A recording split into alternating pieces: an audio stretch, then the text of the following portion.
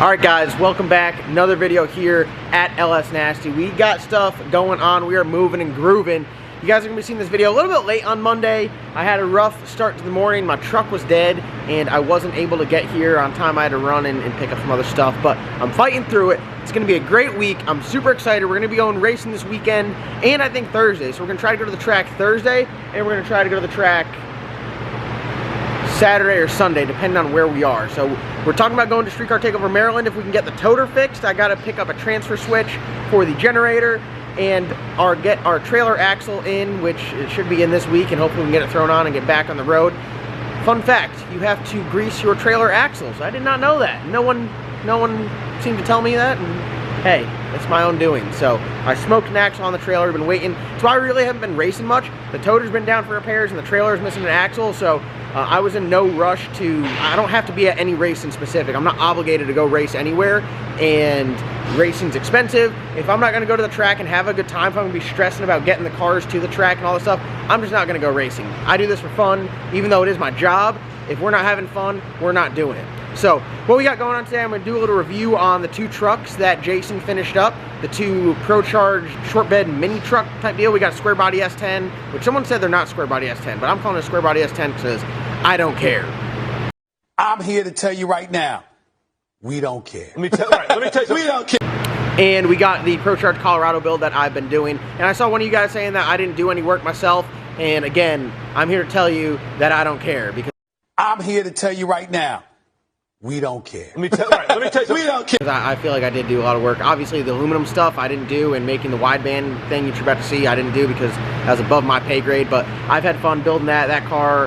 That project is kind of like mine start to finish. It's I'd say pretty simple in the build. So let's see what we got going on. Obviously, we got Wes's car back here. Everything is all finished up on this as far as turbo kit wise, hot side, cold side, exhaust. We got to run his fuel system, fuel cell, and wire the car, and he should be able to start it up. Squidbilly here, obviously got a lot of work left to do. Jason's going to get the motor set in Squidbilly. Is that right, Jason? Get the motor set in there? You're just the motor setting man.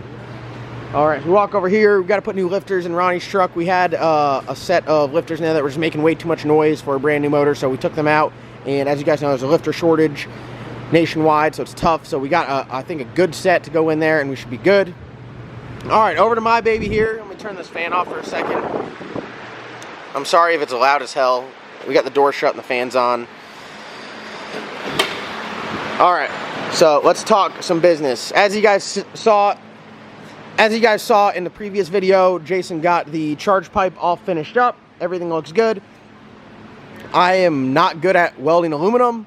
I don't have time to learn right now, so I did not do this. I see a lot of people were like, man, I thought you were doing this build. As far as the aluminum stuff goes, I can't do it. I can TIG weld stainless just fine. The aluminum, a little bit harder for me, and I welded a little bit of the exhaust on there, but it just looked like shit.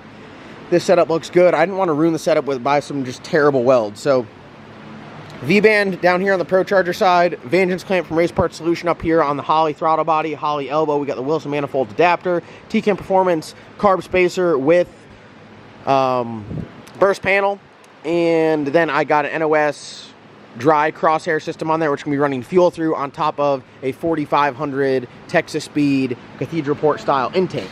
That's the setup on top of the engine here. Obviously, we got my homemade zoomies, and it is a stock 6 liter with a cam right now, just to kind of get everything all fired up and running. One big question for this build was, how are we going to run the O2 correctly? How are you going to use the self-correction? Because with this, the self-correction in the Holley is going to be very important. Turbo stuff, super simple. You put a O2 sensor, a wideband, an NTK wideband. You put it either in the hot side or in the exhaust, and it gives you an accurate reading for air fuel. It kind of does a global read. It doesn't pick up one cylinder, so you kind of get a general idea of how the engine's running. It's good not to have it just in one cylinder, because let's say this injector hangs, and then it'll pull fuel from all 8 injectors opposed to just one. Now, sticking it in there globally, if one injector hangs, it's not going to get as bad of a reading. It might read a little bit fat, so it might pull just a hair of fuel, but it's not going to pull all the fuel. So it's very important not just to stick a O2 sensor in one cylinder and then just let it ride. You could do that if you do 8, but I'm not doing that because I'm not buying 8 NTK O2 sensors, widebands, whatever you guys want to call them. So what I had Jason do was I had him connect. Well, let me turn the wheel here. I had him connect all 4 and then put an O2 off the side of it. So as you can see here, they are welded on. So we drilled a hole into each primary, put the tube over there with a hole drilled in it so that it matched up, and then you welded around it. So each one is going to, it's essentially going to pull vacuum from down here, and it's going to suck exhaust gas through each tube and then pass the O2 sensor. So it'll get an accurate reading, hopefully, this is my idea, it'll hopefully get an accurate reading on the O2 sensor, and then you will be able to tune, you know, per bank, I should say, but I'm only doing it on one side because the other side the zoomies have to go and separate. They come off 2 at a time. This one, they can all 4 come off of the engine.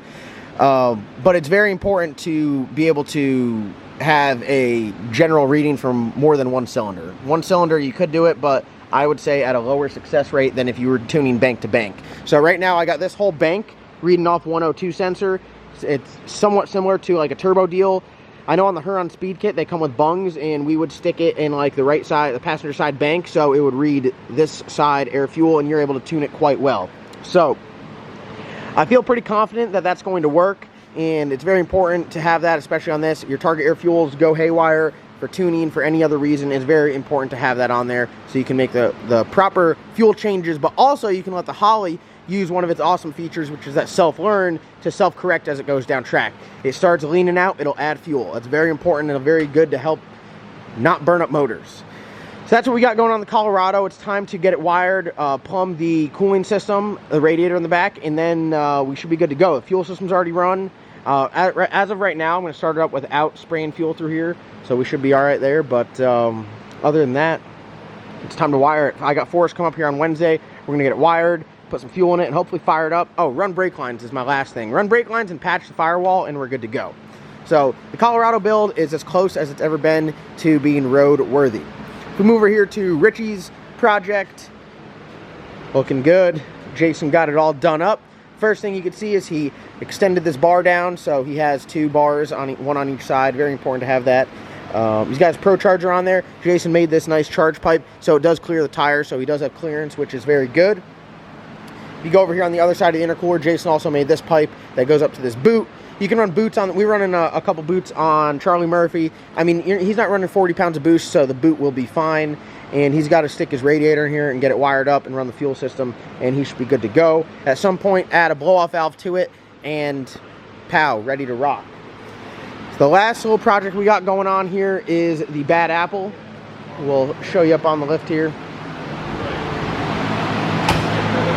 It is getting a new transmission and new turbo kit. So we got the new engine sitting right over here, and this is our badass 8.2 deck motor. Badass 8.2 deck. That's a badass 8.2 deck motor right there, and we're gonna get that set in here. The motor plate and all that's already all done up and already set in there, so we are going to get it in the car. We're trying to find a transmission. So if anyone has a 2-speed 400 that's for sale, preferably reed case, does not have to have a bell housing, please reach out to me. I'm trying to find one. I just bought that other one off Turbo Bullet. It was a smoking deal. That was a 2-speed lockup, but I'm looking for like a 148 first gear or a 140 first gear 2-speed 400 to stick in the Bad Apple reed case, so then I could buy the reed bell housing and put the reed bell housing on there. That is what I'm trying to do. Whether it's a 2-speed or a 3-speed, if it's a 3-speed, it's got to be like a 152, 135, or 125 and 1.0, so a close ratio 3-speed, and that is pretty much what we got going on. We've been moving and grooving here. We got a lot of projects, but we're making a lot of progress. The cow is getting back on the road this week. I was waiting for the longest time for the Hellcat pumps to put in there. Those are like 525 instead of the 450s. They're a little bit bigger. I was waiting for the screens for them. So finally we got them coming. They'll be here Wednesday. Phil and I are going to put the tank back in there and get the cow back on the road, get that out of here. Fixing the boost leak on Charlie Murphy, get that running, get Wes's car up and running, get the Colorado up and running. We're going to have a whole paddock full of cars that are running. So I know this is a crazy video, all over the place, talking nonstop, but it is Monday. I'm late. It's like 10:30 when I'm filming this video. I just got here. I was picking up parts.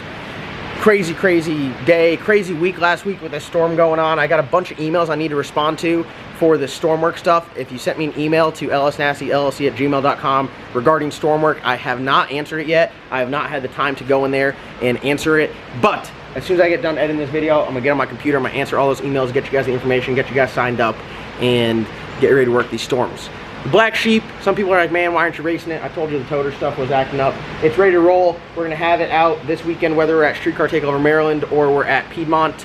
We're going racing somewhere. I need to race. I need to get back in the seat. It's time to have some fun. It's time to relax and go racing, because that's what we love to do. So this thing's running top-notch. T-Cam Performance, Dieter's Custom Finishing, Brazzel Performance Fabrication, Strange Engineering, Holley EFI, Johnson Lifters, T&D Rocker Arms, Motion Raceworks, all these awesome companies, Dart Machinery, all these awesome companies that allow us to do what we've got to do. Wilson Manifolds. God, every time I look, I keep forgetting.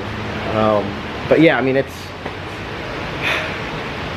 I'm excited to get back out there racing. If you can't tell, my mind's going a million miles a minute. I got so much work to do. I appreciate you guys checking out today's video. If you haven't already, go down and click that subscribe button, because we got a ton of action coming up, and I'm excited for what the future holds. So thank you guys so much for watching. Comment, like, subscribe. We'll see you guys in tomorrow's upload. Have a great week.